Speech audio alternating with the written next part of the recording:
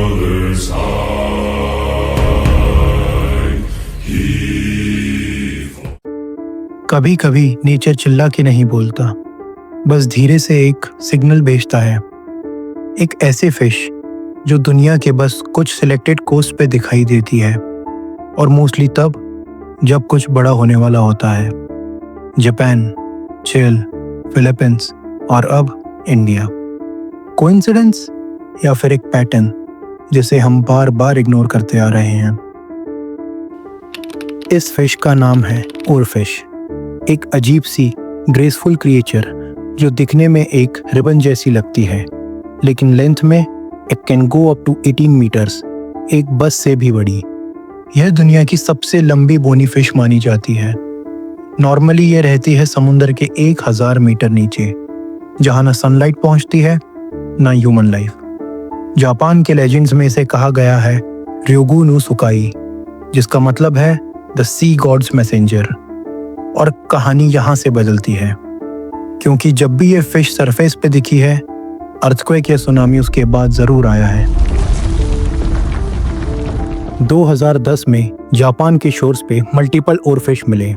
Rare sighting बोला गया, curiosity समझा गया। पर कुछ ही महीनों बाद 2011 का तोहोकू अर्थक्वेक, मैग्नीट्यूड 9.1, सुनामी ने पूरे शहर को निगल लिया। 15,000 से ज्यादा लोग चले गए। यही पैटर्न फिलीपींस में भी रिपीट हुआ। 2017 में ओरफिश दिखाई दिए और उसके कुछ ही दिनों बाद 6.6 मैग्नीट्यूड का अर्थक्वेक आया, जिसमें कई लोगों की जान चली गई। फिर बारी आई चील की। 2015 में ओरफिश कोस्टलाइन पे मिले एंड शॉर्टली उसके बाद 8.3 मैग्नीट्यूड का भूकंप। वेव्स ने पूरा रीजन हिला दिया।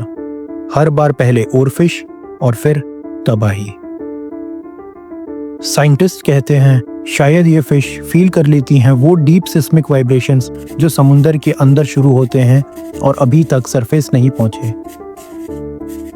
तो शायद ये सिर्फ एक फिश नहीं, ये समुंदर का मैसेंजर है। अब तमिलनाडु के कोस्ट पर एक और फिश मिली है। विलेजर्स कंफ्यूज थे। किसी ने कहा इतनी लंबी फिश कभी नहीं देखी। कुछ लोगों का तो ये भी कहना था कि ये तो प्रलय का संकेत है। ये एरिया क्लोज है अंडमान सुमात्रा फॉल्ट लाइन से, एक ऐसा जोन जो सिस्मिकली हाइपर एक्टिव माना जाता है। तो जब ये फिश वहीं पे दिखी, लोग डर गए, और शायद सही भी थे, क्योंकि जब पैटर्न्स रिपीट होते हैं तो वो कोइंसिडेंस नहीं होते, वो क्लूज होते हैं। मरीन बायोलॉजिस्ट कहते हैं शायद ये फिश बीमार थी या स्ट्रॉन्ग करंट्स ने इसे ऊपर ला दिया, लेकिन हर बार हर कॉन्टिनेंट पे यही पैटर्न। क्या हो सकता है हम वो लैंग्वेज समझ ही नहीं पा रहे हैं जिसमें समुंदर हमसे बात कर रहा है? शायद हम सिर्फ नेचर के वॉल्यूम को म्यूट कर चुके हैं। तो जब कोई कहे इट्स जस्ट अ फिश, आप कहना शायद नहीं, शायद ये आखिरी चेतावनी थी, क्योंकि नेचर हमेशा चिल्ला के वॉर्न नहीं करता, वो संकेत देता है डीप साइलेंस में, समुंदर की गहराइयों से।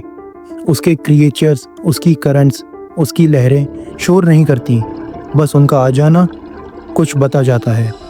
शायद आज बस एक और फिश मिली है, लेकिन कल क्या होगा नोबडी रियली नोज।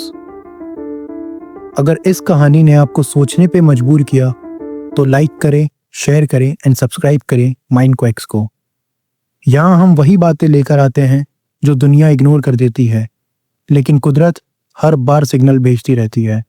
बस सवाल ये है, क्या हम सुन पा रहे हैं?